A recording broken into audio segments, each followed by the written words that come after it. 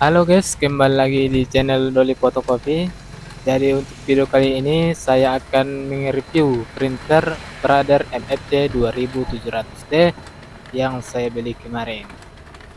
Nah, di video kali ini saya akan mereview sedikit dan akan menjelaskan apa saja kelebihan dan kekurangan pada printer Brother MFC 2700D selama saya menggunakannya.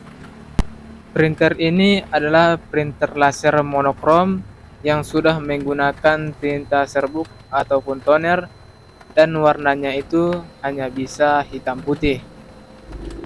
Printer ini juga sudah mendukung beberapa fitur seperti copy, scan, dan fax. Kaca scan pada printer ini maksimal hanya bisa ukuran A4. Tetapi kalau kita mau fotokopi ukuran folio atau F4 bisa menggunakan ADF. Untuk ADF-nya sendiri hanya bisa fotokopi satu sisi, belum bisa fotokopi bolak-balik otomatis. Kecepatan dari printer ini juga sudah lumayan, sekitar 30 lembar per menit. Untuk konsumsi daya listriknya cukup lumayan karena ini sudah printer laser. Jadi buat teman-teman yang mau beli printer ini minimal listriknya itu saya sarankan di 1300 watt. Nah, untuk baki kertasnya cuman ada satu dan hanya muat 250 lembar. Buat teman-teman yang penasaran dengan harganya, kemarin saya beli printer ini dengan harga 3.225.000, belinya secara offline. Sekarang kita akan bahas apa saja kelebihan dan kekurangan pada printer ini. Dan ini menurut pengalaman saya pribadi. Oke, untuk kelebihan yang pertama pada printer MFC 2700D, printer ini terkenal bandel dan kuat untuk mencetak banyak dokumen. Seperti kalau kita fotokopi 1000 lembar, 2000 lembar atau 3000 lembar, langsung digeber saja tanpa berhenti, printer ini masih kuat saja. Tidak seperti kalau kita menggunakan printer untuk memfotokopi, tentu saja tidak bisa langsung digeber, harus diberi jeda. Itu juga yang menjadi alasan saya untuk membeli printer laser ini, karena sebelumnya saya menggunakan printer Epson L1550 untuk memfotokopi banyak. Untuk borongan yang banyak seperti ini harus menjeda beberapa kali. Jadi sangat merepotkan sekali bagi saya. Tetapi setelah adanya printer Brother MFC 2700D ini, memfotokopi banyak tidak akan menjadi masalah lagi di toko saya.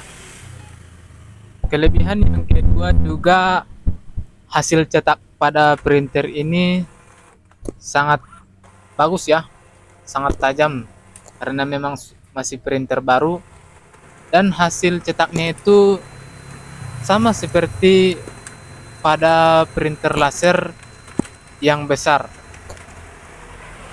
untuk hasil cetaknya.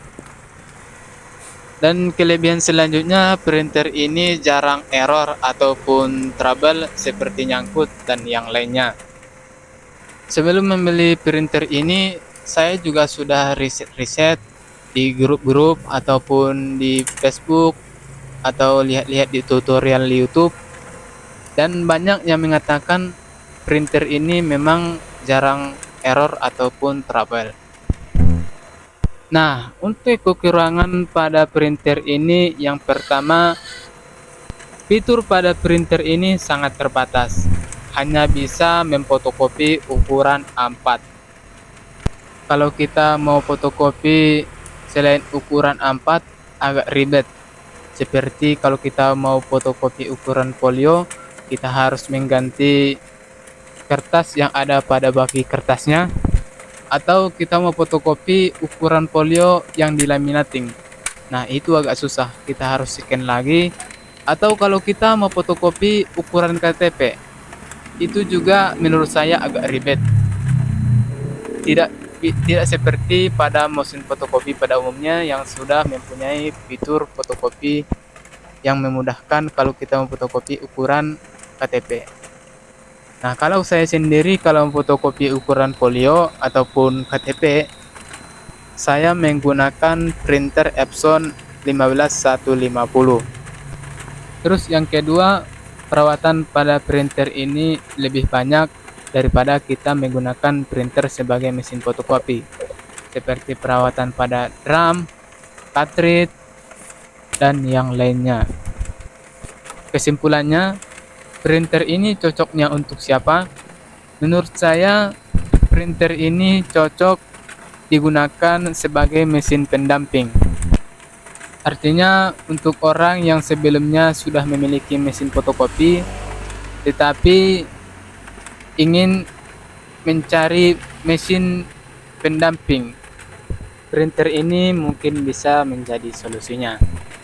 Dan yang kedua, printer ini juga cocok untuk orang yang ingin membuka usaha fotokopi tetapi terkendala di budget dan minimnya pengetahuan service mengenai mesin fotokopi.